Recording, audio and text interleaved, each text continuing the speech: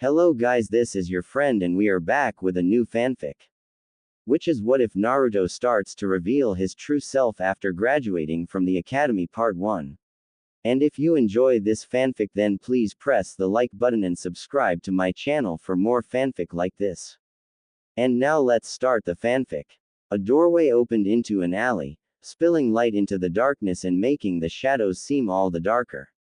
A boy's silhouette could be seen holding a large bag in one hand, his head turned over his shoulder. A muffled voice could be heard from inside the building, to which the boy responded. "Yeah, Mom, I'm taking it out right now." "Sheesh, you'd think I've never taken out the trash before." Hefting the bag, he walked over to the nearby trash bin and tossed the bag in before returning to the safety of the building. A short way down the alley, a shadow moved towards the bin and, careful to not make too much noise, sorted through the contents. Shifting aside a few old ragged clothes and scraps of paper, he spotted something that instantly got him excited. It seemed someone was cleaning out old supplies, as there in the bin he found some scrolls and books. Just what he was looking for. After grabbing the items and stuffing them in his satchel, he did one more quick sift through before rushing off down the alley and into the night. A moment later, the same boy peeked out again from the doorway as the muffled voice from before came once again. "No, Mom, there isn't anything out there. It must have been a cat or something." Across town a bit later, a figure could be seen slinking through the streets, sticking to the shadows as much as possible. When it separated from them long enough to distinguish itself as human, it merely seemed to be a standing shadow from all the dark clothes it wore. Rushing into a nearby park, it instantly jumped into some bushes as some civilians walked by, unaware that he was only a few feet away, glaring as they passed by. After they were a comfortable distance away, soft sounds of movement were heard again as the figure moved towards the back of the park. In a section that was covered with various shrubs, it lifted a hidden doorway and slipped beneath the surface of the village. It was dark, but he knew his way by now. He had visited this place since he was very young, when he had found it completely by accident while running from a mob.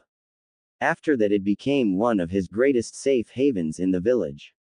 It was here that he would escape to when the glares became too harsh, or when certain celebrations were held that would cause him to need to flee from crowded areas when he was able to. This was also the place he kept his most precious possessions.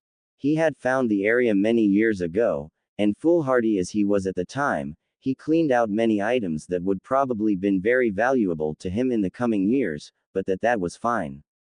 He still ended up with far more than he started with. Rounding another corner, he came to a stop in front of a door.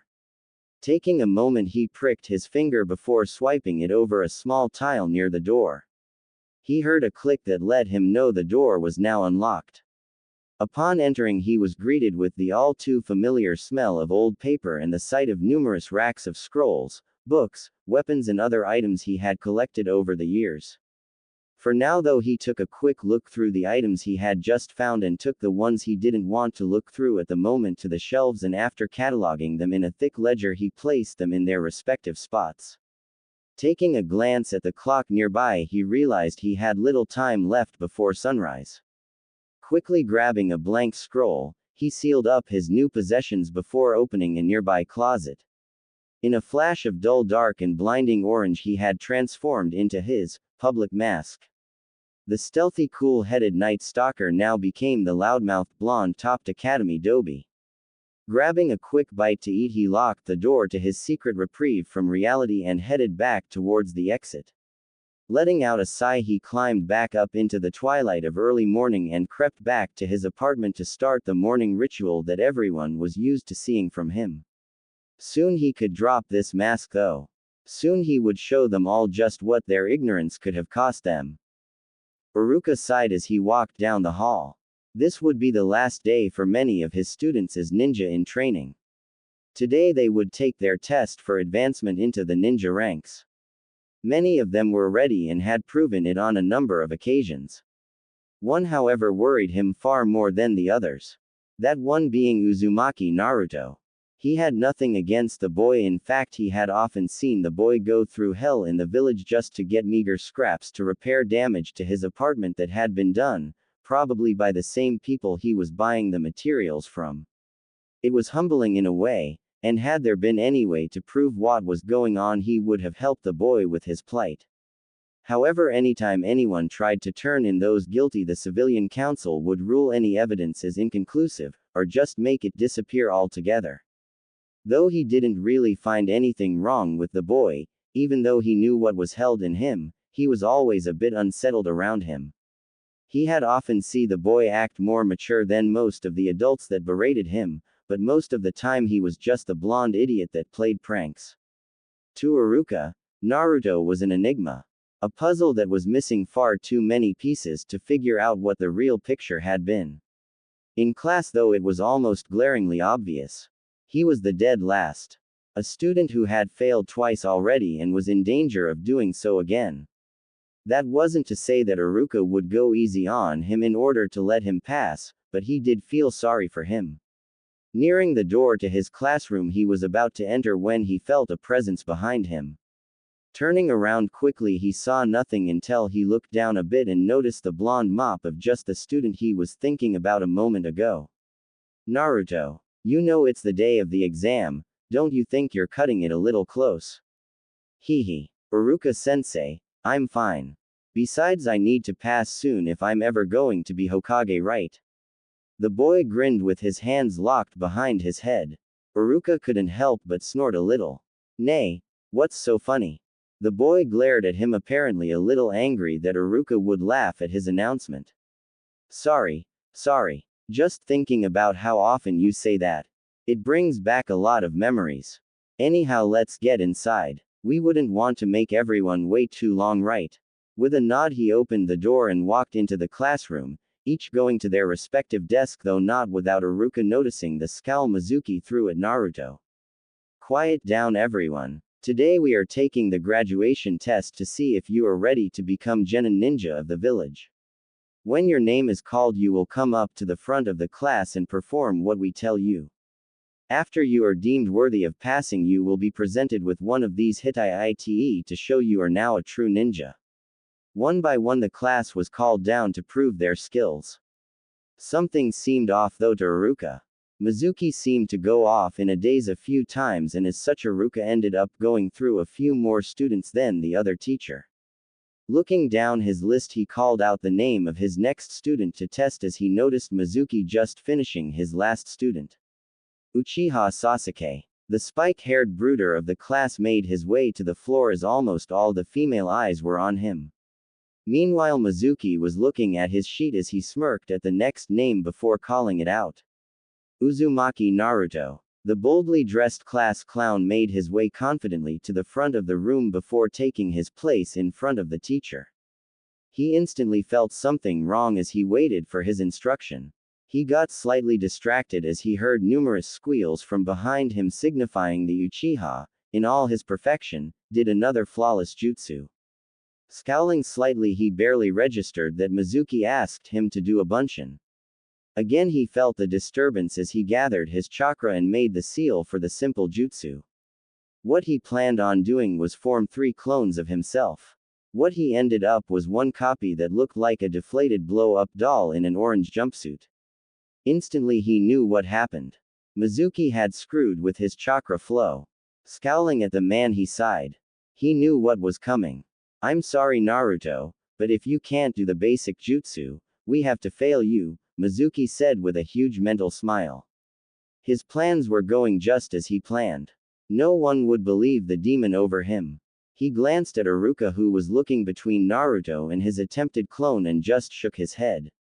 Laughing inside his head, he watched as Naruto slowly returned to his seat while Iruka announced when they would need to gather for team assignments and a brief speech about what it means to be a ninja of Konoha before dismissing the students so they could meet their parents and announce their results to their parents, who were no doubt waiting outside anxiously. As they made their way outside, Mizuki slipped out with them to begin the next stage of his plan. After sneaking through the Hokage Tower, and running to the area Mizuki told him to meet up, Naruto knew he was ahead of schedule, so he decided to read up on what he found for a bit. Opening the scroll, he found the Kage Bunshin no Jutsu. This doesn't look too tough. Well, I never learned anything just sitting around. Going over the technique, he was soon absorbed in practicing the new jutsu. He knew that this wasn't really a substitute graduation. No such thing existed in all the rule or law books he was made to read, either by choice or from a punishment. It was such an obvious lie, but that didn't matter to him. He just wanted to get back at the bastard for rigging his test and failing him. What better way than to bet him at his own game? Well, that's one down. There looks to be quite a few jutsu in here. Oh well, I'll copy down as many as I can before the tem gets here. No reason not to add a few to my personal library. With that, he whipped out a blank scroll and began the process of transferring the jutsu to the new scroll. Had he not had so much practice in doing so, this may have taken a while, but when you dig used scrolls out of garbage for an education, you learn to write fast to get the more fragrant of them copied and tossed before they could spread their scent too far.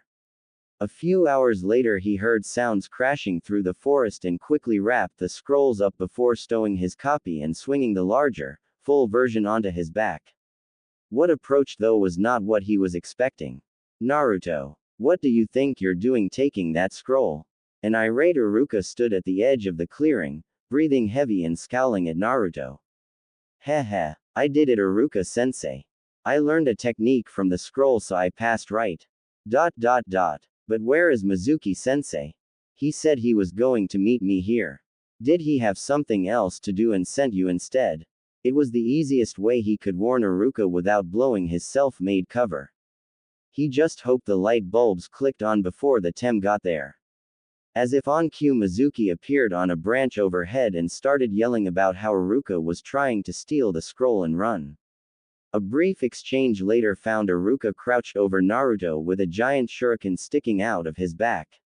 It took a moment for Naruto's mind to click from what he was just told. He may have been more intelligent than he let on, but to learn that there was a demon inside you wasn't something you easily believed. Suddenly the glares, the abuse, the treatment he was given in the village all these years made sense. For a second he stared up at the face of the man who just protected him, barely registering what he was saying before he shuffled out from under him and bolted into the woods with Mizuki hot on his heels. While running, he tapped some chakra into the bands around his wrists and waist to reduce his weight a bit, allowing him to put some distance between himself and the Chunin behind him. Once the man was out of sight, Naruto dropped down and hid to give himself a little time to process what he was just told. Again he was caught off guard when Mizuki and an injured Iruka dropped into the clearing right near him. He was able to hear their argument about how Mizuki said he was a demon and Iruka was defending him. He could see Iruka was in no shape to fight his peer with the wounds he sustained while protecting him. Mizuki obviously saw this too and was preparing to take out the other man as he reached for the other shuriken he had on his back. Forget worrying about demons and villagers. Right now he needed to focus. Someone was finally willing to defend him both physically and mentally. He wasn't about to let him die in cold blood. Pushing his thoughts aside, he pushed off and landed a kick to Mizuki's temple, landing between the two Chunin. Mizuki-tem, if you lay one finger on Iruka-sensei, I will break off each of your fingers and feed them to you digit by digit. Both men were taken slightly aback by the threat before Mizuki began to laugh. What do you think you could possibly do to me, demon brat? I am a Chunin while you couldn't even make genin. I will tear you apart. Then Iruka. Prepare yourself, boy, because this is the last moment of your life. Mizuki was off like a bolt of lightning, aiming to kill the boy quickly. He had to finish this and get out of here before Anbu had time to figure out where they were. Unfortunately, he realized too late how wrong he was. Right before his kunai had a chance to pierce the boy's jacket, his target simply disappeared.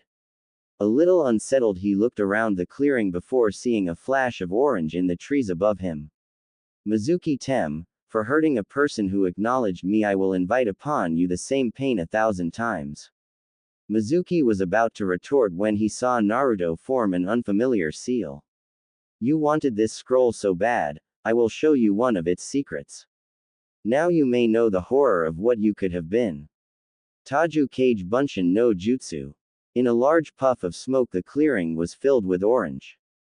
The ground, trees, everywhere Mizuki looked, all he saw was orange. Goodbye, Mizuki Tem. With that, only screams could be heard as one gray-haired Chunin was beaten within an inch of his life. Hey, I think I overdid it a little. Naruto scratched the back of his head as he made his way over to check on Iruka.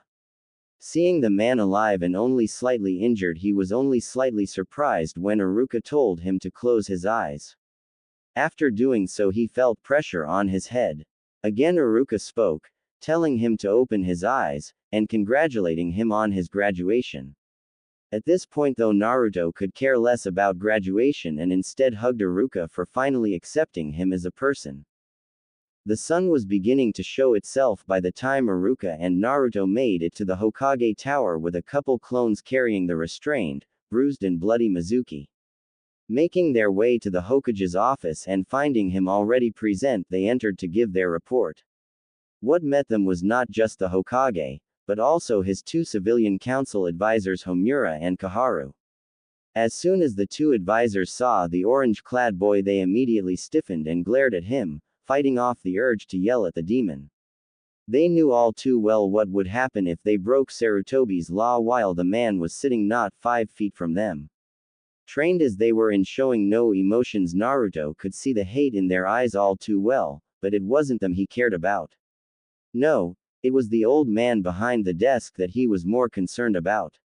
After all, it was that man that he had used his perverted jutsu on to get the scroll in the first place. He could only pray the Hokage wouldn't hold that against him. Well, hello Iruka-kun, Naruto-kun. I believe you have something that belongs to me, Naruto. He held out his hand and motioned Naruto forward. The boy had the decency to look at least a little ashamed as he placed the scroll in the Hokage's arm. First off, I would like to thank you both for your part in apprehending the traitor Mizuki and protecting the secrets of our village. Naruto, I especially want to thank you for playing the fool in order to expose this threat. Naruto was taken aback a bit before he saw the man wink at him. Second, I will be granting you both a B-ranked mission success with the pay to go along with it. But Hokage-sama, the boy is not even a ninja of this village. How could he work on, let alone complete a mission, let alone a B-ranked mission? Sarutobi glanced at Homura before speaking. I see he has a Hitai-ite on his head, thus signifying him as a shinobi of this village. Isn't that correct, Iruka? Hi, Hokage-sama. While Naruto did not successfully complete the test in school, it was later found out that he had been sabotaged by Mizuki, who purposely failed him for the reason of offering him this second, graduation test. During our encounter with Mizuki in the forest, he showed he was more than capable of succeeding in his previous test in a combat environment by defeating the Chunin-level shinobi Mizuki, and as such is more than ready for his life as a shinobi. Iruka stood at attention and the three high-ranking officials could see the pride flowing off the man. Very well, then there are no problems there. Now, Naruto, I will allow you to keep the item you acquired during this event, provided you use it with caution and protect it, as it is a very precious item. It would be very bad if it fell into the hands of anyone else, even someone of this village. He sent a glance to his advisors letting them know to not press the matter. Now Naruto, I would ask you to please leave as I have some discussions to go over with Iruka, and don't forget to go to the team assignment later. Have a nice day. Dismissed. Watching Naruto leave, he smiled as the boy nearly hopped out of the room and closed the door before running out of the building. His cheers could be heard through the closed window. Grimacing slightly, Hiruzen turned back to the remaining people in his office. Well, Iruka-kun, this presents us with a small problem. I'm sorry, Hokage-sama, I don't quite follow. Adding Naruto to the roster will unbalance the numbers. As you know, we make the teams in threes which are balanced. Well, with Naruto now passing, the numbers have been thrown off by one. Now normally we would simply put him with a team the next time around. The two advisors looked rather excited about making the boy wait longer to join the ninja ranks, as the longer he was not an official ninja, the longer he was technically under their control. However, I don't believe we should have him wait any longer. He's already been kept back twice, and I am certain he is more than ready for missions. What are you suggesting, Hokage-sama? This time it was Kaharu who spoke up. Now curious as to the Hokage's plan. Though the idea of a four-man cell had been brought up a few times in the past, most notably by Senju Tsunade, the idea never gained popular favor. I believe for now that with Naruto's unique abilities, his newfound technique and his performance against the Chunin Mizuki, I am instating Naruto as a one-man cell. It was so quiet in the room that Sarutobi could have sworn he could hear the beetle that was crawling up the wall outside his window. Then all of a sudden the room was filled with noise once again. Both of the advisors said almost in unison. What a wonderful idea, Hokage-sama. While thinking, what better way to get rid of the beast than send him out on his own? While Iruka was horrified, a lone genin on his own team. You can't really be considering this, Hokage-sama. He may have beaten Mizuki, but being sent on real missions, and who would be his sensei? When I last looked we were short-handed as is. He was my student and I cannot consent in this. To answer your question, yes, we are short on Jonin sensei, that is why he will not have one. He will be sent on missions which will be deemed capable of him to handle, or he will be placed with a team whose mission requires backup, but not so much that would merit sending a full team. The advisors were ecstatic at this news. It was like Christmas to them. Leaving the demon brat to fend completely for himself was beyond their wildest dreams. Forget holding him back for the next group of graduates. If things go well they would be rid of him within a month. Iruka on the other hand was livid. He trusted the Hokage with his loyalty, but sending a lone genin out into the life of a ninja was unheard of. Even setting that aside, the Hokage, the man hailed as the professor, was allowing a boy to go into the ninja world without even a sensei to guide him. Was he insane? Now I know what you are all thinking, and I assure you that he is more than ready for his trials ahead. Advisors, he will be a bit of a special case and will only be allowed missions that have my approval. Is that clear? After getting a hesitant confirmation that they understood what he meant, he dismissed them, but kept Iruka behind. Iruka, it may not seem like much at the moment, but I assure you that your former student is more than ready for what he will need to do. He has lived a far more difficult life than any of his classmates and as such was forced to adapt in ways that no one would imagine.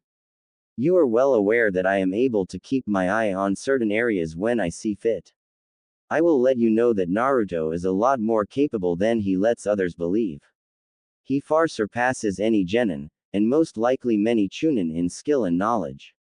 How far he's actually come I cannot say for certain, as he occasionally go places I cannot track him or that are out of my range, but believe me when I tell you that all you have seen thus far has been a mask that has been in place for years to hide himself from his peers in order to fit in better, while continuing to advance his skill so he could survive the harsher side of Konoha's streets.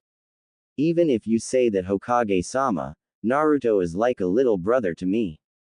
I can't help but worry about him. If nothing else, let me be his sensei.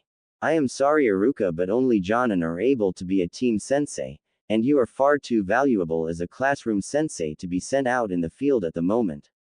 We may still be strong, but we are also still recovering from the last war just like every other nation. You have proven yourself as a capable sensei for upcoming genin, so for now that is where you will have to stay. Though if it will ease your mind I will allow you to cover mission assignments when you are not busy teaching. That way you will at least be able to know where Naruto is going for missions. Sighing, Iruka knew Sarutobi was right. They just didn't have the resources to allow Naruto his own sensei, and there was no way Naruto would be safe if he were to be left in the hands of the civilian council. No, this was for the best. At least this way his missions would be controlled, and when one team lost a member in the upcoming Chunin exams he would be able to join that team. Hi Hokage-sama. If you'll excuse me, I have to begin a schedule for my next class. Bowing, he left the room, his mind still on the blonde and what his future might hold. He couldn't help but have conflicting thoughts about the boy. One side of him wanted to believe Sarutobi and believe that Naruto could overcome the seemingly insurmountable odds. The other side, however, kept flashing how many things could go wrong on a simple mission and what that would mean for a lone genin out in the field. Sighing again, he left the tower and headed home. After all, he still had a lesson planned to work on for the new class he would soon be in charge of. Despite his attachments, he couldn't risk a whole generation of students by worrying about one person, no matter how close he felt towards the boy. The Forbidden Scrolls' secrets were now spread out in front of him in fresh scrolls. Separated and categorized, he was now considering which to go over. Seeing as he already had Cage Bunshin down, he decided to delve a little deeper with them. How many uses could a more durable clone have after all? He could make them explode, use them for diversions, or setting up traps while he lead his enemies to them. He remembered from copying the jutsu to that he would learn what they learned, so his already good chakra control would jump again by leaps and bounds, not to mention training his various skills. Yes, Cage Bunshin was definitely the right thing to learn first. The only drawback to the jutsu was that people with low chakra would be in danger if they created too many and spread their chakra too thin, but for someone like him with unnaturally high chakra reserves, it was perfect. Once again storing the scrolls he wasn't going to need at the moment, he stored what he would need in a scroll and grabbed a stocked supplies pouch and holster from a shelf. Heading to one of his closets, he picked out an outfit for the following day when he would go to the team selection at the academy. It was finally time for him to drop his mask a bit, and what a surprise they all would be in for. Dark green cargo pants with a black skin-tight shirt. Fingerless gloves and black ninja sandals. Then, to finish the look, covered shin and forearm guards and a ninja too. Yes, they would definitely be surprised. Making one last check to make sure he wasn't forgetting anything, he threw his chosen gear in a satchel before closing and sealing the door and heading out to his favorite ramen stand to grab some food. After that, he would go to his apartment, in which the ignorant villagers assumed he lived, for a good night's sleep to prepare for the fun that was sure to start tomorrow. Thinking back on all he's shown to everyone of his skill and intelligence so far, he couldn't help but chuckle, causing some passing villagers to glare a little harder at him. He didn't care though. He wasn't here for them. Protecting them didn't matter to him one bit if they weren't willing to believe in him.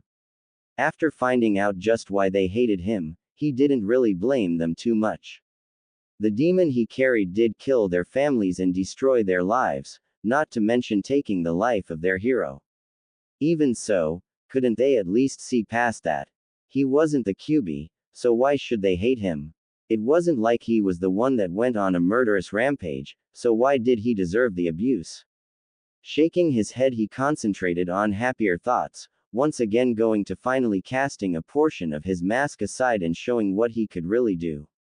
Arriving at Ichiraku's, he sat down and ordered his usual miso ramen before starting a list of things to take care of tomorrow after the real him came out. Putting the emo Uchiha in his place and dropping his fake affection for the pink-haired banshee were near the top of his list. Not to mention putting the dog breath in his place. The most important though out of everything was going to be returning a certain pale-eyed girl's affections. He had wanted to do it for so long, and she was well worth it from his view, but he never did understand just what she saw in him, the scourge of Konoha. She was after all an heir to a clan. By all rights she should be able to get anyone she wanted, but she chose him. Now it was time for him to show that she chose well. The only problems he knew would arise were from two sources. The first being her clan, especially her father. Again, she was the heir, so would he be seen as unworthy? The second was the aforementioned mutt who had an obvious attraction to her. Like most males in his clan, he had already tried numerous times to claim her as his. Unfortunately for him, she was completely disinterested in his advances and always escorted around by branch members to and from the academy. Well, all that could wait until tomorrow. With a slurp, he finished his last bowl of ramen for the night before paying and heading off to his apartment. Sleep would come easy tonight since the action with Mizuki the previous night had kept him from his bed. Not that he really needed to sleep every night. That was another thing that became clearer once he found out from Mizuki about his tenant.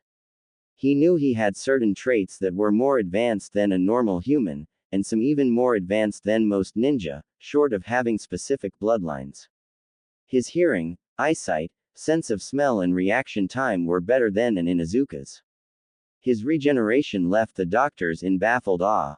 Then there was his stamina and recuperation, which was borderline freakish even for a ninja. Even his speed and muscle density was different than most. But like every other one of his skills, he didn't showcase anything. As far as his classmates and most of the village knew, he was just a normal human, if not subpar, or, in most of the older generation's eyes, a reincarnation of the Kyuubi. Making it to his apartment, he decided to leave the rest of his thoughts until tomorrow and get some decent rest. He wanted to be ready just in case his team got a mission right away.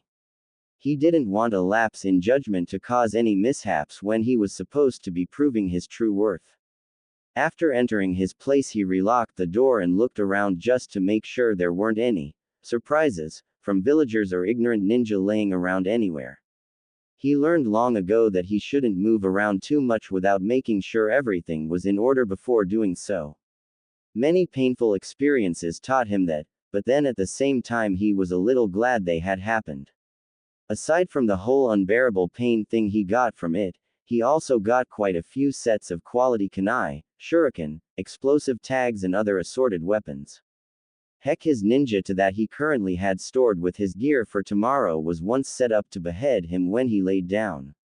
That was one that he was happy to find, and glad that whoever set it up didn't pay too much attention to making the trap hidden.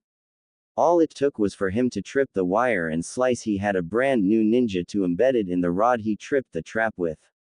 Double checking the bed, he got undressed from his kill me orange attire for hopefully the last time and hopped under the covers. His last thoughts before he drifted off were of his pale-eyed princess and the possible future they might have once he gains a little of the respect that has been overdue for him. Oh, wouldn't they be surprised? Eyelids now too heavy in the comfort of his mattress, he drifted off to a peaceful sleep. One of the few he's ever had. Deep within the bowels of the Hokage mountain sat a man behind a desk, his body half hidden by the bandages he wore. This man was Danzo, calm, cool and calculating. With him sat two others who, to him, were mere shadows of what they had once been, but even with their lax behavior he could see that there was a storm brewing behind each of their eyes. So what brings the esteemed advisors to my chambers? Surely there is nothing that one so lowly such as I could have that you need. His voice dripped with sarcasm. After all, these two were a key part in his plan to take over the rule of Konoha, and at some point the whole of Hai no Kuni and beyond. We have come from a meeting with the Hokage and thought it should be brought to your attention that the demon brat graduated yesterday after showing himself capable by defeating the traitor Mizuki and returning the forbidden scroll for the Hokage. Danzo's eyebrow twitched slightly in a rare moment of emotion. His chances at getting his hands on a particularly powerful weapon had just slipped away. However, there is a small ray of hope that comes from this. The Hokage saw fit to place the boy on his own team, without a sensei. We must not waste this opportunity. Though we cannot give him missions ourselves, we can still manipulate the system enough to get him placed on certain choice missions where the risk is higher than it seems. Since we can no longer get him into your root program in order to control him, we have only the option of extermination. This must be carefully planned, Danzo. This absolutely cannot come back on us or it would cost us dearly. Danzo just sat and stared at the two former ninja through the entire explanation and for a short time afterward. The two advisors sat and watched him as he went into some deep thought. Well, we have more genin teams than usual, so it shouldn't be too difficult to delay him from getting a mission until all of the D-rank missions are gone. Nor would it be too difficult to assign him to assist a team on a slightly higher risk mission and add in some of my own men to make sure everything goes smoothly. Indeed, if we cannot control this weapon, then it will be of no use to us in the future. We shall take the necessary steps to ensure that the demon does not fall into the wrong hands for the good of Konoha. Nodding in agreement, the advisors delved into possible situations that they would be able to enact their plans. All three agreed that the best method would be to get the boy sent on a mission that had a high potential of raising in difficulty. It would only be a matter of time before one such case came to light. When it did, they would be ready, and then they would be free from the beast once and for all. Danzo, of course, was slightly disheartened at the loss of a possible powerful tool, but he would rather the boy die than be a weapon that could be used against him. That didn't mean he wouldn't try though, but if reports were accurate, the boy was unflinchingly loyal to his opponent, and a demon aiding a cage in any fight would not end well. Yes, it was best to wait for just the right moment to strike. As he droned out the two gabbing advisors, he proceeded to plan for any possibility. In almost every situation he came up with, he was very happy with the imagined results. An evil smile was growing on his face as he dismissed the advisors in order to give him ample room and concentration to begin planning. Naruto awoke well before his alarm, excited as today marked his first real day as a ninja. Finally, he would have a sensei that would teach him how to further his skills. Getting out of bed, he switched off his alarm so it wouldn't ring after he left. He may have no one that would willingly live near him, but that didn't mean he wanted to chance waking someone up. All it would take would be for someone to pass his door and hear the alarm going off to claim he was disturbing the peace and earn him more abuse. Grabbing his gear that he would use for the day, he took a quick shower before dressing in his new equipment and heading to his kitchen for a bowl of cereal. Once that was finished, he grabbed his ninja too, slipped out of his apartment locking the door behind him, and jogged off towards his hideaway. He hadn't planned on getting up so early, but he wasn't about to squander the extra time he now had. Slipping into the tunnel that led to his lair, he was soon staring at the all too familiar racks. Crossing his fingers, he created a few cage bunshin and instructed them on what scrolls or books he wanted them to go over, or in a couple clones' cases, what weapons to train with. After all, muscle memory was a mental task, so it should figure in that he could improve his accuracy and reaction time with this method as well. The only things they couldn't give him was physical enhancements and directly increasing his chakra capacity, but control, accuracy, knowledge and reaction should all be well within his grasp. Nodding his approval, he made his way back out into the streets of the village, which by now were slowly filling. The glares wouldn't keep him from his destination today though, but he did notice with the glares that he was getting some other looks as well. If his attire was different enough to cause the villagers to pause in their glaring, he could only imagine what it will do to his classmates. As he walked, he went over all the people in his class that graduated. One by one he named them off in his head and weighed their strengths and weaknesses. It wasn't until he was almost done that he realized there would be an odd man out.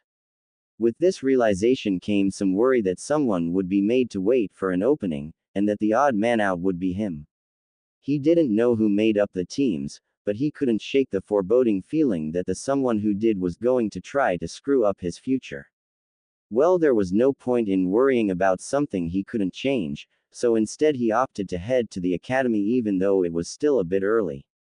With any luck, someone would be there to greet him or at least stave off his boredom while they waited. In the Hokage office, Sarutobi was considering his gathered Jonin sensei.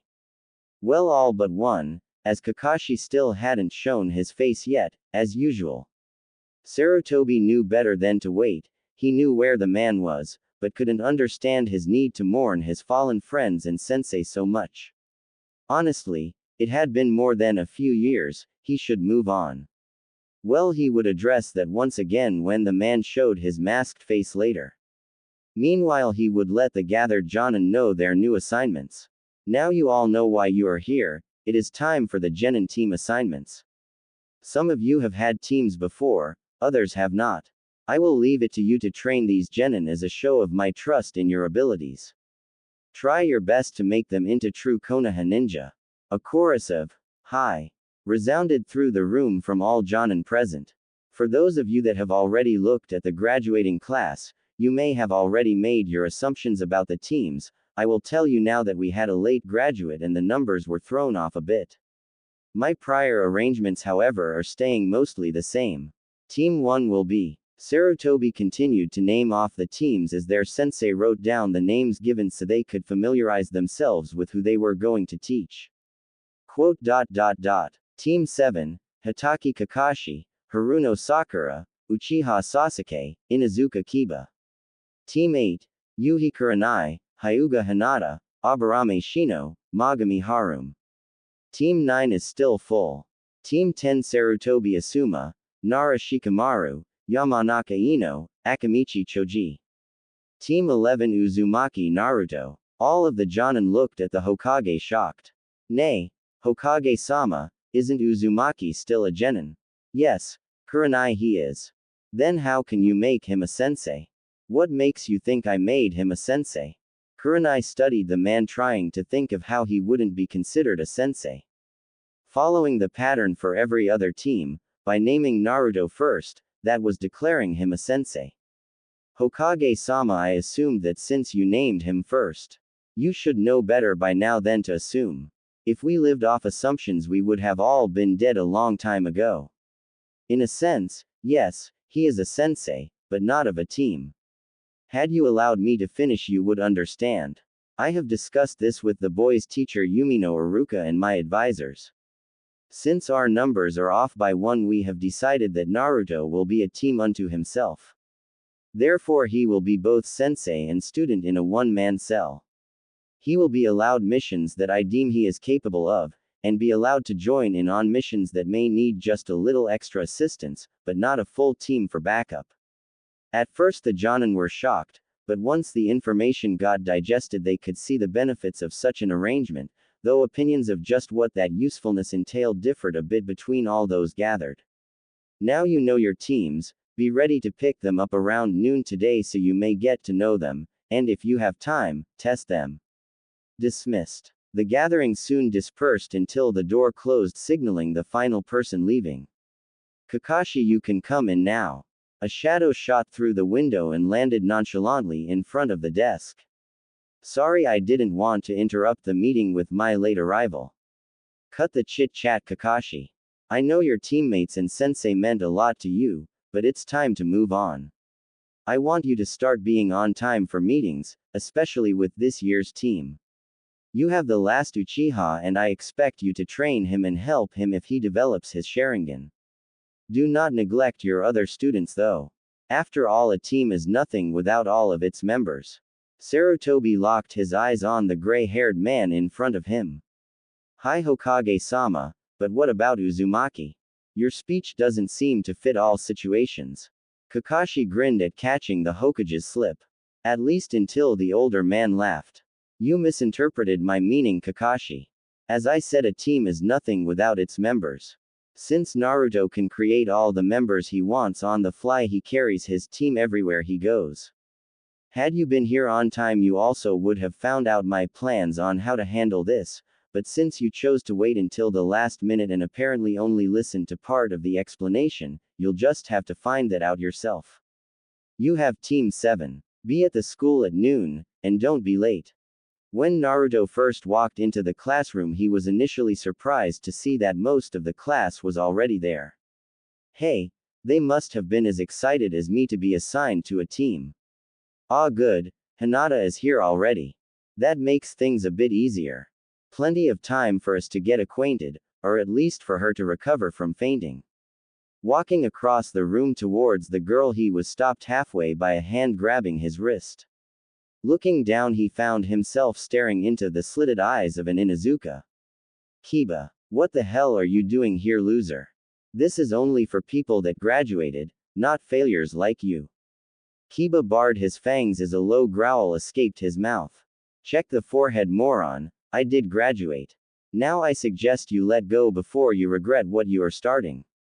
Naruto narrowed his eyes and released a little killing intent at the dog user, catching him off guard. Recovering quickly, Kiba already had a retort spilling from his mouth. Ha! Like Adobe, like you could do anything to anyone from a clan like mine. I'd tell you to go crying home to you parents, but that would only work if you had some. They probably died by falling on their own kunai, assuming they were even ninja. Kiba was about to laugh until he felt a new wave of killing intent wash over him. This one much stronger than the last. Naruto could stand many things. He handled beatings, he dealt with verbal abuse of himself, he let the raised prices that he had to pay for nearly everything in the village slide. The one thing he would not stand for though was people badmouthing his parents. Sure, no one may know who they were, but that didn't mean he'd stand for someone belittling them. He had an image of his parents and how they would have lived. For someone to try to stomp that into the ground, that was something he would not let slide. Grabbing the boy's hand, he jerked it free from his wrist before grabbing it and twisting, causing the boy to cry out in pain. Listen well, Mutt. I may not know who my parents were, but neither does anyone else here. Even so, I will not let you sling words about so easily and thrash my image of them into the dirt. If you do so again, you will be off mission duty before you can even start. With another small tug, he caused Kiba to yelp in pain before letting go. Ignoring the glare that was boring into his back as he continued walking. He did notice a few of the looks he was getting, and from some of the blushes that a few of the girls were trying to push down, he could tell his choice of attire was having a good effect. On the other side of the room alone, Uchiha was seething at the look the blonde pulled off so well, and the reactions he was seeing. Attention was being pulled away from him, and that didn't sit well with the Avenger. He was an Uchiha, the elite of the elite. How dare someone try to steal his spotlight? Standing, he made his way over to the blonde moron. Stop, Dobi. Naruto kept walking, now starting up the steps on the far side of the room towards his target. Not one to be ignored, Sasuke rushed up behind the blonde and forcefully stopped him with a hand gripping his shoulder. I told you to stop, Dobi. You will listen to me when I tell you to do something. Uchiha, I would suggest you remove your hand before it finds itself taking a vacation from the rest of your body. Sasuke, like Kiba, was taken aback for a moment by the sheer coldness in his voice before anger flooded his thoughts. How dare you threaten me? Have you forgotten who I am? I am the rookie of year in this class, and as such, along with being an Uchiha, you should respect me as I am your superior. The only thing you are superior to me in is your arrogance and ego. Now remove your hand or I will do it for you. Naruto grabbed a couple of Sasuke's fingers and began to bend them backwards slowly to drive his point home. By the wincing of Sasuke's eyes, he could tell it was having the desired effect, until Naruto Baka. Let Sasuke-kun alone. The dynamic duo enters the scene. The pink-haired banshee and her blonde sidekick, the class. How dare you lay your filthy fingers on him? You don't deserve to lick the bottoms of his shoes. Wow. Even for Sakura, that was a bit harsh. Sakura knew Naruto would be crushed by such an outburst. She knew it so well that when Naruto fixed his gaze on her, she was caught so off guard that she didn't even realize that she was backing away along with Ino. Sakura-san, I would suggest you keep your voice down. Otherwise you will make your precious Sasuke-kun deaf along with half the village. Sasuke, you really should keep your whores in line. Otherwise they might get hurt before you can revive your clan with little shrieking emos. The class wasn't sure whether to laugh, applaud or be angry. Sasuke, being the Avenger he is, of course chose the later and forcefully turned Naruto around. Reacting faster than they all knew he could, Naruto drew his ninjutsu and had it placed at Sasuke's neck before the boy knew the sword had even been unsheathed. And you, should sit back down like a good boy and brood like you normally do. The Uchiha will not make a comeback without anyone to fill a family dossier. Sasuke was at least smart enough to realize the danger he was in with a blade to his throat. Finally he released his hold on Naruto's shoulder. Good boy. Now run along, I have better things to do than play with you. Making a shooing motion as he turned around and sheathed his blade, Naruto continued up the stairs while Sasuke made his way back to his seat to resume his brooding while glaring at the blonde, or at least as much as he could, with the two bimbos arguing over him in his ear over what he would have done to the Dobi if he hadn't been caught off guard. Naruto finally made it to his destination. To the girl whose eyes hadn't left him since he entered the room. He could see her blush after his confrontation with Kiba, and it seemed to have deepened after he most recent one with Sasuke and the bimbos. Taking the seat next to her, he caught Kiba eyeing him from the front of the room with a scowl on his face. Shoving that to the back of his mind, he again turned his focus to the girl next to him. Hey Hinata-chan, what's up? The girl let out a slight eep at his question. Her crush was actually sitting next to her and actually talking to her. She couldn't believe her luck lately. First, graduating from the academy, and now the boy she dreamed about for so long was acknowledging her. Nah, Naruto-kun, I'm fine. She finally managed to get out. It sounded weak and pathetic to her, but he didn't seem to mind at all. In fact, he was smiling at her a little different than he normally smiled at anything. That's good to hear. Hey, I was wondering, later tonight after our team meetings, do you want to meet me for something to eat? There it was, the telltale, slow rising, deep crimson blush that rose from her neck to her forehead before he had to catch her to keep her from falling to the floor as she fainted. He propped her up in her seat just in time to block a fist that was aimed for the side of his head. Without looking, he addressed his assaulter. What do you want now, mutt? You stay away from Hinata, she isn't yours. The irate boy shouted. Really? Tell me, how many times has she asked you out? None. Okay, how many times has she agreed to go out with you when you asked her? Nothing again, huh? Well, it would seem to me then that she doesn't belong to you either. Not that she would, even if she did agree to go out with you. Naruto added a bit of pressure to the captured fist, listening as bones popped slightly out of place. Remember this well, Inuzuka, because it could be invaluable later in your life. Women, no, people are not possessions. People are free and have free will. If I ever see you trying to force someone to do something, especially if that person is precious to me, I will be sending your remains to your clan in separate boxes. Do I make myself clear? A few more bones popping and a little killing intent forced the Inuzuka to nod his head before Naruto released him, and like Sasuke, shooed him away. Turning back to his charge, he was pleased to see Hinata was coming around. Welcome back, Hinata-chan. Did you have a nice dream? Hinata in her sleepy daze answered without realizing it. Hi, I dreamed that Naruto-kun asked me to dinner. What a wonderful dream, but it stopped before I could accept. Slowly opening her eyes, they got wider and wider as she realized what she had just said and who she had said it to. She was instantly red again and dangerously close to fainting. Head turned, fingers poking together and biting her lower lip, she hoped that her revelation wouldn't make him go away. She prayed that he would stay near, and hoped beyond hope that maybe, just maybe, he would get a little closer. Hey, Hinata, that wasn't a dream, but if that is your answer, then I'll meet you at Ichiraku's around 6, okay?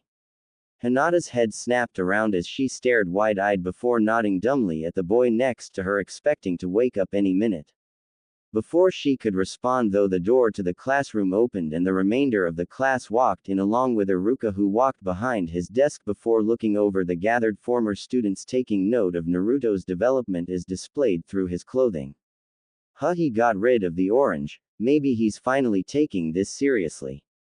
Okay, everyone, listen up. I am going to call out your teams and I would like you to sit according to them after I am finished. Team 1. Quote. Like the Hokage the day before, Iruka went through the list, naming off each group and noting the reactions. Sakura, of course, was thrilled to be on the same team as Sasuke, though slightly disgruntled that Kiba would be there too. At least she could handle him better than Naruto. Hinata, Shino and Harume were mostly indifferent, though Hinata's head drooped a bit since Naruto wouldn't be on her team. Shikamaru was asleep and Choji sat eating a bag of chips while Ino ranted about having to be on their team. Then he got to the last team, but despite what the Hokage told him, he wanted to make sure the decision was okay with Naruto. Uzumaki, Naruto, would you follow me for a moment? Naruto was confused a bit but followed the Chunin out the door, stopping only once to glare at Kiba when he heard the dog boy call out to the rest of the class. Ha, I knew he didn't really pass. Clenching his fists, he stepped outside the door as Iruka pushed it shut. Naruto, I'm not supposed to do this, but I think it is only fair. As you probably realized, you are the odd man out. This doesn't usually happen, but when it does, we usually hold the extra person until the next set of graduates. We cannot add you to a current team as that would unbalance the whole system we use dealing with 3-person cells. So basically, I'm going to have to wait until the next class is out before I can go on missions even though I graduated. Naruto said through clenched teeth. Iruka could only sigh. He knew he had to tell the boy the Hokage's plans, but that didn't mean he liked the idea. Naruto, the Hokage decided to give you a unique chance. This has never been done before, so let me explain everything before you make a decision. Receiving a nod, he continued. The Hokage has decided to make you a team in and of itself. That means you will have no teammates, but also because of the low number of active Jonin sensei, you will not have a sensei either. Any missions you do will be approved as fitting for your situation based on what the Hokage believes you are capable of. You will also be able to go with a team as backup on a difficult mission should he decide such a thing would be beneficial. Naruto, I can't stress how unique this situation is and that it is completely untested. I am offering you a chance to back out and wait for a full team with a sensei. He watched as emotions played across the blonde's face, making him unreadable in the situation. After a few minutes to consider his options, Naruto looked up at Iruka and gave off his biggest smile. Sensei, I have only one favor to ask. Announce it to the class that I accept this privilege, but on one condition. I don't want an assigned sensei, ever. If someone comes along and wants to teach me something, then so be it, but aside from that, I don't want anyone forced into that position. It would only be detrimental to the system. Iruka could tell by the mischief in the boy's eyes that he would not be swayed on the matter. So, resigning himself to his fate, he nodded before re-entering the room. The students looked on in confusion as Naruto made his way back up to where Hinata was and leaned on the wall behind her, as his previous seat was now occupied by one of her new teammates. Looking through the class, Iruka suddenly got rather nervous at what he was about to do. The Hokage was making him place a new marker in history with this simple action. Never before had there been a one-man ninja cell, and especially not one without a sensei. Sighing again, he addressed the class. For those of you that are wondering, Naruto has indeed graduated, but in doing so he has thrown off the numbers a bit.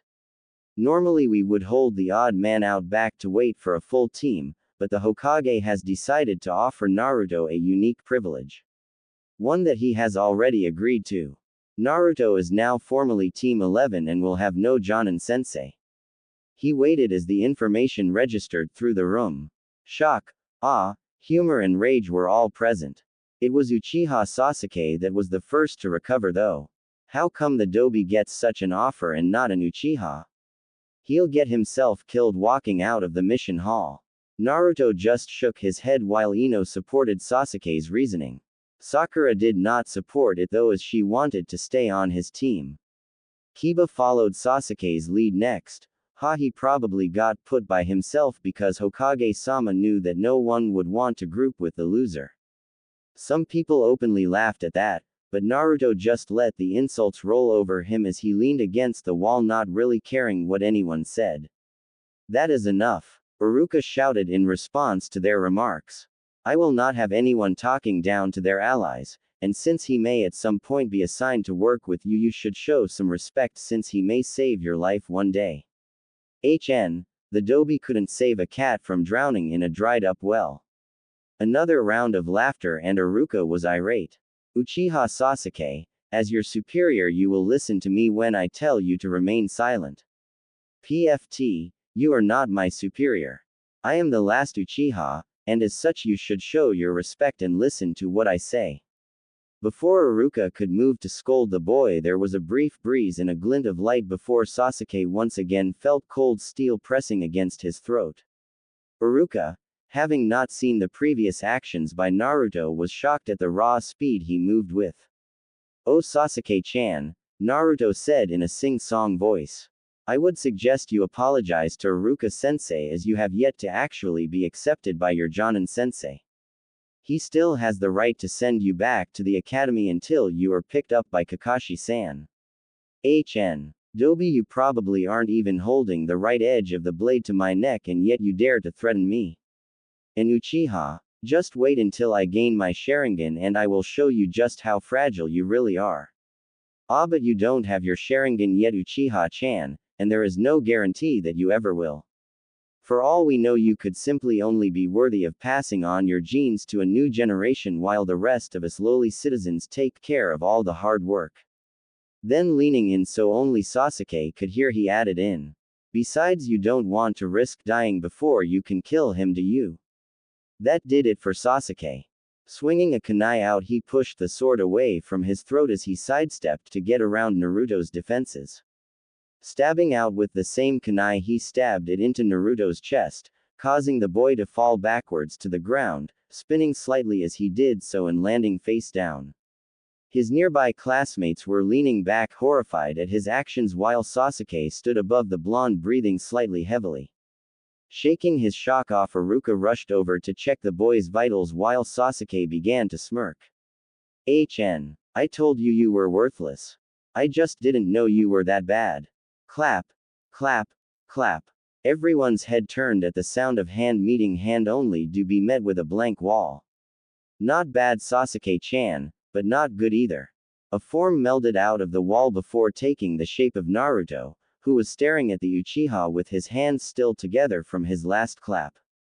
Maybe next time you will be good enough to tell if it is really me attacking you. As he said that, the Naruto on the floor burst into smoke. A bunchin. Iruka looked shocked at first, then smiled, then frowned as he turned to Sasuke. Uchiha Sasuke, you attacked and attempted to murder a fellow Leaf Shinobi.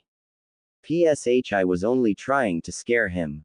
How could I know that his reaction time sucks that bad that he couldn't dodge such a slow strike? Regardless, you attacked him. As such, this will be brought up to the council to decide a fitting punishment. Sasuke just smirked. He knew that the council would do nothing more than giving him a slap on the wrist, if that. Before he could retort though, Naruto cut him off. Don't worry about it, Iruka-sensei, it was only a bunchin after all, and a low-powered one at that. See, the Dobi knows his. Besides, it's not like Sasuke-chan can hurt me anyway. At least not with that pathetically slow movement. Now since I don't have a sensei to wait for, I'll thank you for excusing me. With that, he walked to the door and left the classroom. Turning to glare at the Uchiha once more, despite his astonishment at how Naruto just waved off the situation, Iruka gave him one last warning. Naruto is a bit of a special case. Had you done that to anyone else here, they would have died and their blood would have been on your hands. This is the only warning I will give you. Do not even think of attacking a Konoha ninja again. Turning around and sitting at his desk once more, Iruka addressed the class. Before I leave, I would just like to let everyone know that it has been a pleasure to know the majority of you during this class, and I wish you all a safe and productive ninja career. With that, he left them with a shunshin. In the classroom, silence reigned as everyone took in everything they had seen and heard that day. It was this silence that welcomed the first of the Jonin as they entered the room. Team 8. Follow me please. Team 10. Let's go. As people started to leave with their sensei, Kiba made one more attempt at Hinata on her way out with a slap to her. However, his hand never made it to its target as a small cloud of bugs blocked its path. Looking up, he found the glasses of the ever-stoic Shino facing him. I would suggest that you leave her be, Kiba-san. She does not wish for you advances, and angering Naruto-san is inadvisable. Kiba could only stare in shock at the boy as he'd always thought Shino was mute. As Shino caught up with his team, Hinata turned his way. Thank you, Shino-san. Do not worry about it. I merely did not wish to see Kiba-san endanger his life while Naruto-san was near. Startled, Hinata took a last glance through the room only to catch a glimpse of a blur out the window. She could only assume it was Naruto, and sent him a silent thanks for looking out for her. A click of the hand hitting the knob of the door was all the warning the Hokage got as Naruto barreled into the office. Hey Oji-san, what's the deal with putting me alone, huh? I mean, you didn't even give me a sensei. Ah, Naruto-kun, I'm happy to see you. I knew you would be by soon for this discussion. Well, to answer you, I need to ask you a question myself, and I expect a straight answer. Suddenly, the man behind the desk was not the cheerful Hokage, but the deadly serious leader of a ninja village. Who trained you and how powerful are you? Naruto scratched the back of his head and smiled, showing no reaction to Sarutobi's personality change, nor the killing intent that was aimed at him. Hey, I don't know what you mean, but I'll try to answer as best I can. No one trained me, and I'm more powerful than I let show in the academy. I can't tell you exactly how powerful I am, because I honestly don't know since I don't really have anything to gauge myself against, at least not without revealing my strengths. Okay, then how about this question? Why did you hide your strength in the academy? Now it was Naruto's turn to get serious. Well, I really didn't want to draw attention to myself. You already know about the abuse I have had on me since I was little. What do you think they would have done if they knew the demon child of Konoha had any kind of power at his disposal? Now that I know what is in me, I am proud of my decision even more. People would probably have thought it was the demon getting stronger and they would have done away with me long ago. Now that I'm a shinobi though, they can't touch me. The old man could see the wisdom in his words and couldn't help but agree with Naruto. He had thought he knew the boy, but with recent events it seemed more questions were opening with every new answer he got. Well then, where did your knowledge come from? You obviously know a lot more than a normal academy student should. Add to that the fact that you took out a Chunin, even if it was with a forbidden technique, and I can't help but think that you are keeping out more than you are telling me. The skills you have shown are not something that one just picks up. Naruto couldn't help but laugh at that, making the Hokage rather confused. Actually, Oji-san, that is exactly what happened. Since I was young, starting in my orphanage years, I have been neglected. Since I was never given enough food to really live off of, and never given new clothes or other necessities, I decided to take it into my own hands and began to rummage through trash to see what I could find. Often I would find discarded weapons and scrolls which I would stash in different places around the village for safekeeping. I knew not to keep them in the orphanage since someone would just confiscated them claiming I stole them. Once I was thrown out though, it became even more of a necessity to fend for myself. I was able to sell some of the items I found and buy food, though I knew the prices were shifted. I didn't care though. At least I was alive. While I was running from a group of villagers one night, I stumbled upon a hidden place.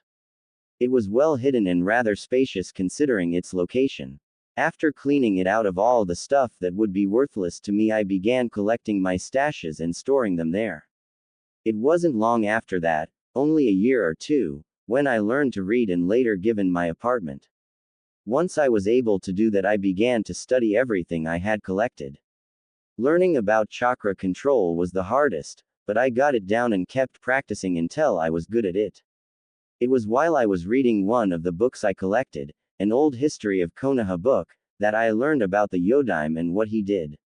He became my idol and I decided to become a ninja. Once I decided that, I poured myself into my collection and resumed my rummaging to find anything I could. After a while I started testing myself. I would watch other ninja train to get an idea of what to do when I got stuck, but other than that it was mostly reading and practicing on my own. I did pranks around the village to see my limitations. When I found out what they were, I would train more to surpass them.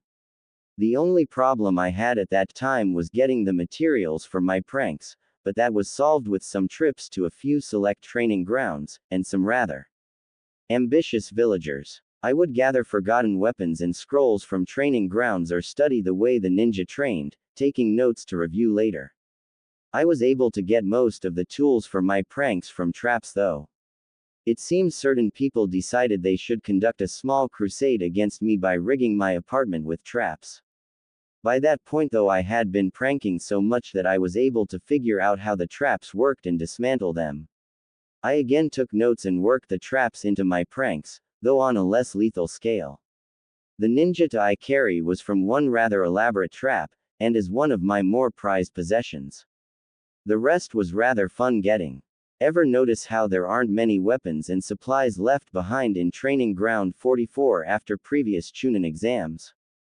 That's right. Nothing got wasted. A huge smile creased his face as he finished. The Hokage was at first shocked, then angry. Are you insane? Do you know how dangerous that forest is? You could have been killed from any number of things. Oh, calm down, Gigi-san. I'm still here. Besides, I like that forest. Since no one ever goes there, it's kind of peaceful. A great place for jutsu scrolls and other supplies too, I might add. As far as danger goes, it's proven less lethal than the village, at least for me. The Sandame couldn't believe it. Here was a freshly graduated genin telling him that the forest of death was peaceful, and that he had people break in and set traps in his apartment to try and at least harm him if not kill him. Yet, he seemed completely unfazed by all of it. Even Itachi, the prodigal Uchiha, didn't like going into that forest alone when he started in Anbu, and yet here is a boy without even a team or sensei telling him that he basically went there to see what he could collect after Chunin hopefuls had been through the area. Speaking of which, Naruto, if you collected items after the Chunin exams, have you seen dead people in there as well? Well, sure I have. It would be kind of hard to get weapons off of live people. Didn't it bother you at all? I mean, I have seen many such exams and some of them can get rather messy.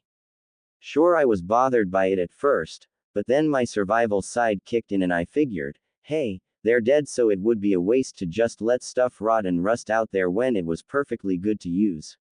Again, he couldn't believe the simplicity of Naruto's thought process, and yet he could see behind it a massive intelligence.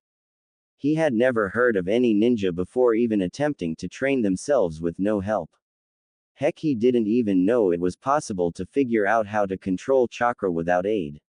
He couldn't help but wonder with a little regret at just how far Naruto would have gotten had he had guidance. He was brought out of his thoughts as he registered someone speaking to him. Sorry, what was that, Naruto? I said, when am I starting missions? Since I don't have a sensei, I can't really wait to be ordered to do something right. Right. Well, since it is team selection day and missions won't be handed out to most teams until after they are tested, which means about 2 days. I will leave that up to you. Tested? Tested for what? We're already genin. That is true, but that was only to see if you were mentally capable of being genin. The real test will be held tomorrow morning and focuses on the true aspects of what it means to be in a ninja cell. You mean like teamwork and safety, right? Sarutobi smiled, overjoyed that Naruto had found out the secret behind the test without even having a description of the test. Yes, Naruto, and you have just proven that you are indeed capable of becoming a genin.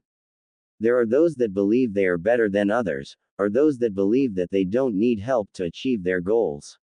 They will not work well in a cell, and since we operate, with one exception, in cells, they would not work well in this environment and will be sent back to the academy repeatedly until they realize that. I see. It only makes sense. I mean, if you don't watch your teammates back, why should they watch yours, right? At that point, everyone is just fighting for themselves, and a battle would quickly become a massacre if the opposing side works together. With every word he spoke, Sarutobi Hiruzen grew more and more proud of the boy in front of him. If only all of the students came out with his outlook, but that would be a fairy tale wish, he knew. Very good, Naruto. You are proving yourself the better of many of your peers already. So, getting back to your question, I believe you can start missions as soon as you're ready. Well, then I'll start now if you'll let me. If that is what you want, you can head down to the mission hall and hand them this scroll. They will know what to give you after they've read through it. Thank you, Oji-san. I'll make you proud. Bowing, Naruto left the old man to his work. You already have, Naruto-kun. You already have. Sighing, he dove back into his paperwork, thoughts straying every now and then to the boy that had come and the man that had left. Already he was well on his way to his dream, if that was still his dream. He could no longer be sure of anything about the boy save one bit: the boy would be great. Down in the mission room, Naruto walked in to see a bored Chunin sitting behind a table laden with scrolls and documents. All official missions for Konoha and separated by rank. Walking up to the table, he handed the scroll to the Chunin who, without looking up, grabbed the scroll and read it. Almost mechanically, he grabbed a mission scroll from the D rank pile and tossed it to the boy in front of him. Naruto grabbed the scroll out of the air and headed out the door. There had been zero conversation between the two, but it didn't matter to Naruto.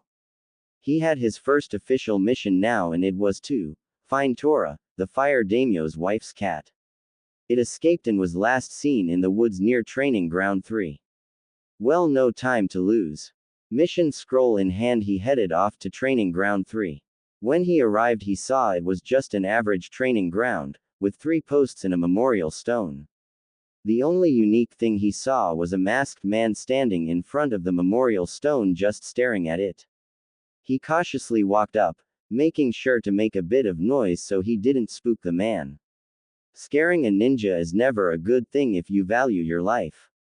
Oi, did you know some of them? Without turning, the man answered. Hi, my teammates and my sensei. That was years ago though. I really shouldn't still beat myself up over it, but I just can't seem to let go. I see. I am sorry for your losses, but you should really think about what they would have wanted. I'm sure there are more productive ways to spend your time than staring at a stone all day. It's obvious you're a ninja, so I would say training more, so that you can protect those still alive. That way you won't have to stare at more names than you already are. The man's eyes grew wide at the simple revelation, and he turned around to see who had given him such advice, only to find no one there. Turning back once more, he glanced at the names again. Is that your way of letting me know it's okay? Fine, I will make you all proud. Obito, Rin, Sensei. A shunshin later, the man was gone, leaving one unnoticed genin shuffling through the brush, tracking a cat.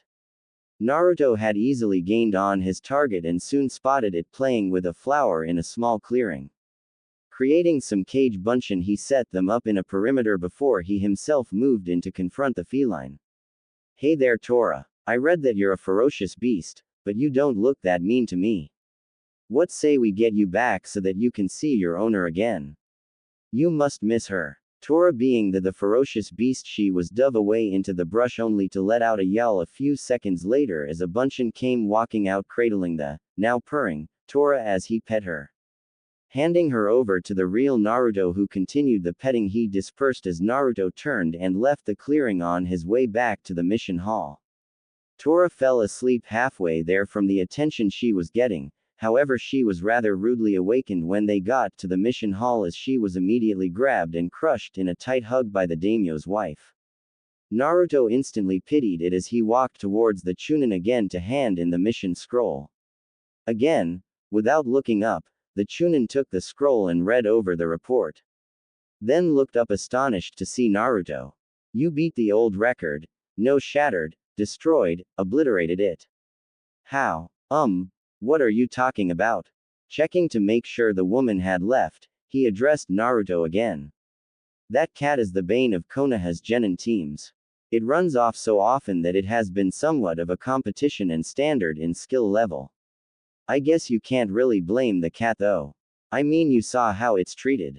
Anyhow, you took less than a half hour to successfully retrieve the thing, beating the old record by over 2 hours. Not to mention doing it solo. Teams have spent days doing this mission before. This one is definitely going in the books. Well, you're dismissed. Excellent job. What? That's it. One mission and I'm off duty. Isn't that a little, light? Naruto asked, a bit confused. It wasn't anywhere near a time that would give him something to do. Namely his dinner with Hinata, provided the girl remembers. Well, I suppose you could take another mission. We don't normally have people complete them quite so quick, and most genin aren't really that eager to do D ranks. I don't think I qualify as most genin. I believe in making the most of what you're given. Right now I have time on my hands, so I might as well do some more missions, right? Sure, I guess. Well, I have fence painting, weeding a garden, cleaning out gutters, helping with a house move, picking apples. He was cut off by Naruto. Just give me 10 or so and I'll be on my way. Slightly confused still, the Chunin picked out 10 various missions and handed them to Naruto. I guess I'll see you in a few days. Naruto just gave him a smirk before walking out the door, making the Chunin slightly unsettled. When he made it outside the mission building, Naruto formed his familiar cross, and in a cloud of smoke there was now a small battalion of Narutos looking back at him. Alright guys, form up in 10 lines. As he waited for the clones to follow his orders, he looked through the scrolls he was given. They were all menial tasks, but he knew he couldn't expect much as a fresh genin. Stealing his resolve, he handed a scroll to the first clone in each line. Okay guys. You have your missions, now go get 'em done.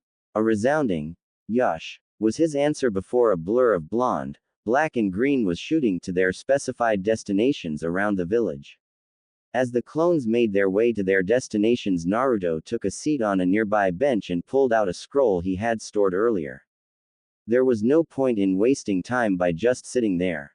Over the course of the next few hours, clones reported in and dispersed, allowing him to write mission reports from the memories they gave him.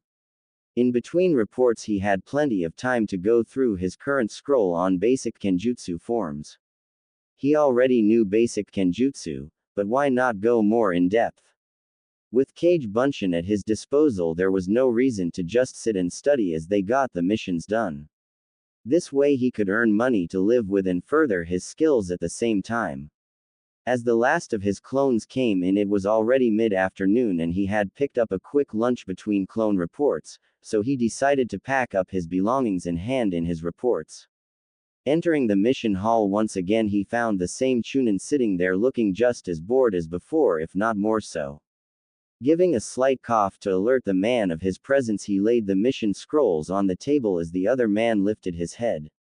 All finished. You can verify if you like, but if you don't mind, I have things to do this afternoon, so I'll take my leave. Bowing to the man, Naruto walked out of the room to his next destination.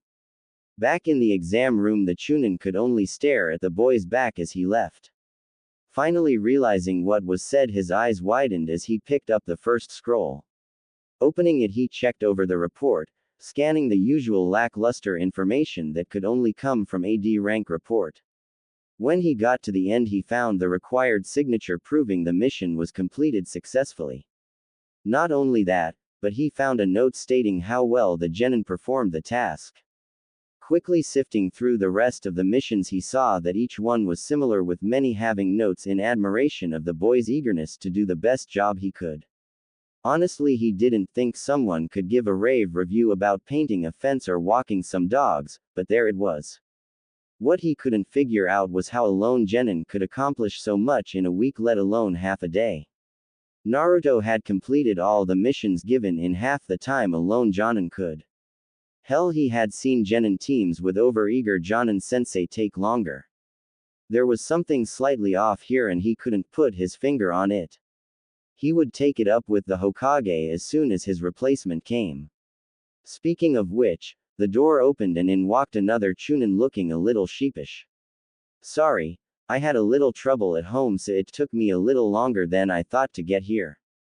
Don't worry about it. Because you were late, I got to see something extraordinary, so we'll call it even. If you'll excuse me, I need to go see the Hokage about a certain matter from today's missions. With that, he walked out and headed to the Hokage tower. Signing in at the secretary and being given the okay to enter, he found himself in front of the leader of the village. Hokage-sama, I have some information that I believe you would be interested in. It concerns a certain whiskered individual. Waiting for the sign to continue, he took in the man sitting behind the desk. The god of shinobi in his prime, he felt a little ashamed that such a legendary figure was out of his prime and stuck doing paperwork. His thoughts were cut short when Sarutobi turned his head to face the new arrival, showing his attention was now on the Chunin. Sir, one Uzumaki Naruto came in for missions today. I was unaware that we had a one-man cell, so I was a bit skeptical but gave him a D rank mission anyhow. He completed catching Tora in about 24 minutes, the old record was 2 hours 47 minutes. He completely obliterated it. Sarutobi was shocked. Normally catching a stray pet wouldn't warrant such a reaction, but this was Tora. The cat that many claimed was possessed by a demon. Furthermore, he asked for more missions. There was nothing to say he couldn't do more than the required amount, but when he asked for multiple at once, I reluctantly gave them to him and sent him on his way. I don't have times on each being as he did them back to back, I'm guessing. Regardless, he once again threw reason out the window as he completed them all just a short while before I came here. Normally I would be happy that a team would be willing to do multiple missions, but to do 11 in half a day, not to mention solo. Sir, I don't know how to continue with this. We've never had an issue like this come up. Issue? I don't see any issue here. If anything, it's a blessing. D rank and low C rank missions have been piling up as of late. It would seem some people are getting a bit too comfortable, but there isn't much we can do about that. To have anyone willing to do multiple missions in that range of difficulty is not something we should turn from. Please relay this to the other mission distributors. Uzumaki is to be given as many D rank and any low C ranks that allow him to stay inside the village. If any issues do arise, then you may contact me to sort them out. Otherwise, just keep going as normal. With any luck, he'll do enough to lessen the repeat requests that end up on my desk every day. Dismissed. The Chunin was hesitant, but bowed and left the office, stopping by the mission hall to relay the Sandame's orders to the new man behind the desk, who in turn was equally as dumbstruck. This news would spread to all who worked in the mission hall through word of mouth and later through a posted memo in the hall itself. Though the note didn't show a name, they all would know who it was, as Naruto would be the only one to ask for multiple missions at a time. Heading to his apartment, Naruto went over his day's events in his head. He asked Hinata out to dinner. He had been assigned as a one-man team, and would get to do missions alone unless another team needed some help. He had a couple of morons try to persuade him to their views, one even going so far as to think they had killed him. He talked to Hokage Gigi, and had to describe his actions. Then he took on 11 D-rank missions when all of the other genin wouldn't be doing their first mission for another day at least. Now, after visiting his apartment to shower, change and make a quick stop on the way, he was headed to Ichiraku's to meet Hinata. So far it was a very productive day, and very fulfilling. Turning the last corner, he saw a scene that put him instantly on edge. There in front of Ichiraku's was Hinata with her back to one of the lamp posts and her hands on the chest of someone else who was obviously making unwanted advances. Picking up his pace, he was able to get close enough to stop the male when he made a last push on the frightened Hinata, as her strength was obviously failing. Instead of the boy's mouth clamping on hers, he found it connecting with a fist. Usually kissing a fist wouldn't be that bad of an ordeal, but when said fist was traveling at a heightened speed towards your face, it made for a rather painful experience. One that sent the boy flying back a few yards as he held his now bleeding jaw. I would suggest you not try that again, dog breath. I warned you this morning not to force yourself on anyone, yet you still see fit to try. Even going so far as to try kissing my date while she was waiting for me. Now scamper home before I neuter you. This of course would have worked if someone was known to be strong, but Naruto was known for being on the level of a village idiot, recent actions aside. Kiba knew for a fact that he had beaten Naruto in numerous academy spars, so he chalked today up as luck and surprise. Well, now he no longer had the element of surprise. Hey, you may have gotten a lucky shot off there, but if I beat you down now, then Hinata will have to recognize me as the alpha while you scamper home. So why don't you just submit now and let me have Hinata like you should? I can't let you have Hinata-chan. So you're stupid enough to fight me head on out in the open? You're even dumber than I gave you credit for. By now a small crowd was forming due to Kiba's shouting. They were egging the boy as they told him to teach the demon his place. No, you imbecile. I can't let you have her because she is not mine to give. She is no one's to give. Like I already told you this morning, people are not possessions. That fact obviously didn't get through to you the first time, so I can only hope your limited brain capacity can wrap around it now. Hinata is free to choose who she wants to be with. Whether that is me, you or anyone else is completely up to her. The whole, alpha male, thing may be how your clan runs things internally, but this is the real world, Scruffy. Out here there are other rules to follow, and if you don't follow them there will be consequences. One such rule is not making unwanted advances on the opposite.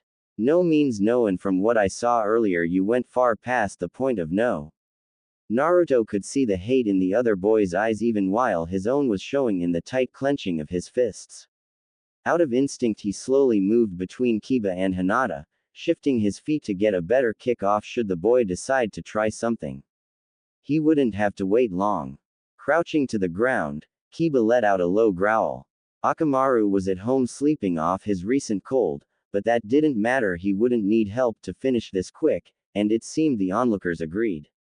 Every few seconds he could hear them saying, "Looks like we get to see the demon bleed again."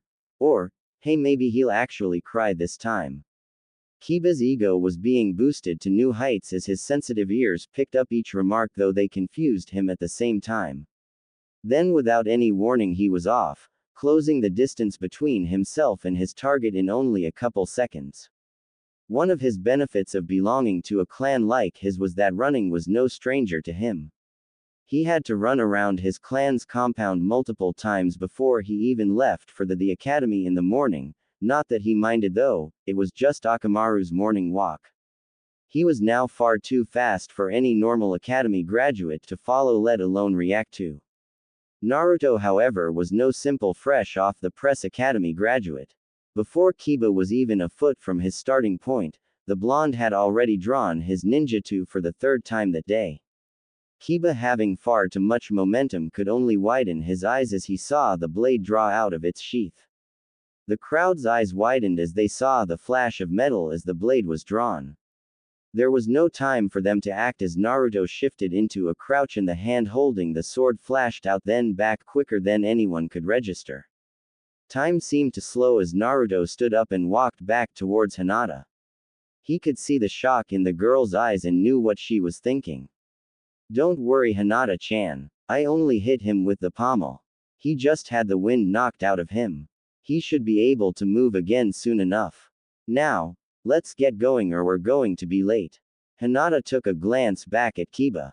She could see the slight shuddering in his shoulders, showing that he was indeed still alive and, by the looks of it, trying to catch his breath as his mouth was open and saliva was starting to drip out. She was brought out of her observations though when her current companion motioned her to follow him. Still a little shocked at the blonde's actions through the day, she found herself in a bit of a daze as she fell into step with him, never realizing they were headed away from their meeting point. As they turned a corner, Kiba was finally able to catch his breath.